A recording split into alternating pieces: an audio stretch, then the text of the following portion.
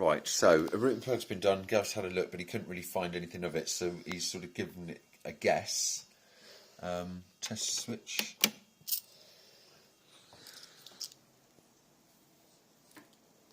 Up there. What are you putting in?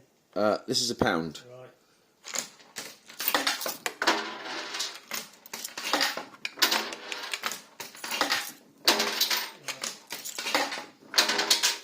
Right. What? Oh, hang on a minute. Just move that little cable a little bit, though. Whatever. But why isn't it taking anything? Nothing to do with... Right, guys. The excitement was it didn't take any coins, but then we realised that there was a pin had been missed on the thingy, and it bent over a bit, which I thought it had, but then apparently it hadn't, but it had. But luckily, and then I've put it in right. The pins were bloody bent all over the place. And it wouldn't take any coins. But I said maybe the routing plug's stopping it taking coins, and Gav said, well, that shouldn't affect it. I took the routing plug out, and luckily the machine's taking coins again. So we've got it taking coins, but all the coins are going in the wrong place, because there isn't a routing plug in it now. They're all going in the bloody... They're all going in the 50... I've got 50p's in the 10p chute, so that is all going to have to be unscrewed now. And it's an absolute bastard to get to, because they're jammed halfway up the tube. But until we've got the coins sorted out, if we get them sorted out, there is no point in taking that apart. If 10p's go in the pound chute, if they fit in there or something like that, then I've got another job. 10p's. An old 10p won't go in here, because it's only on new 10p's. The chap stopped them taking the old ones. Hang on a sec. In. We could... You can't see where they're going.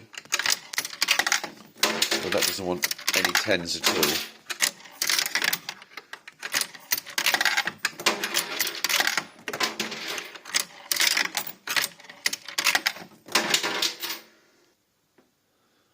Right, and just a little shorter video and we'll end this off. Gav's just gone. Club Crackpot, he's gone to work that out and see what the problem is with that. I'm going to test the meching pontoon, see why it's not taking 10s. This one I've just put a couple of screws in for the minute. The plate is there. Now, there's a plate that fits up under there, the one with the different size hole. I've left that off for a minute. I'm going to see if I can get away with just screwing, because the plate hangs down and then there's bolts that holds it a bit more secure, but I'm wondering if I can get it secure enough with just bolts, 2 on each one at the top. I might not have to cut that plate, because that's going to be a pain in the ass. So, and then I found a test switch because it was missing one of them. There's a wire down a switch that I need to connect, but I'd have to find which wire, because something's been whatever at some point. And I'm going to hope not to use the metal plate and just hang the mechanism stuff from there, and it should sit, because the plate's only 1mm thick, so it's not going to be any forward or back. It's just about the stability of it. So that is the update on there. Hot rod is routed properly. It was all working fine. It was just everything was going down the back, or the wrong place. Club Crackpot, we're not sure what the hell's going on with that yet. Poker needs its power supply sent off for a cheap one bought for C1, because that is dead, totally dead. And there's nothing obvious in there. The capacitors looked alright.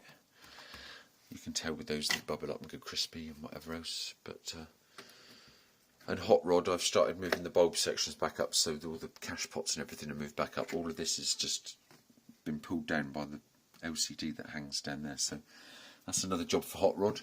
And then this one here has, obviously, once the coin stuff's all in, this had all fallen out, wouldn't it?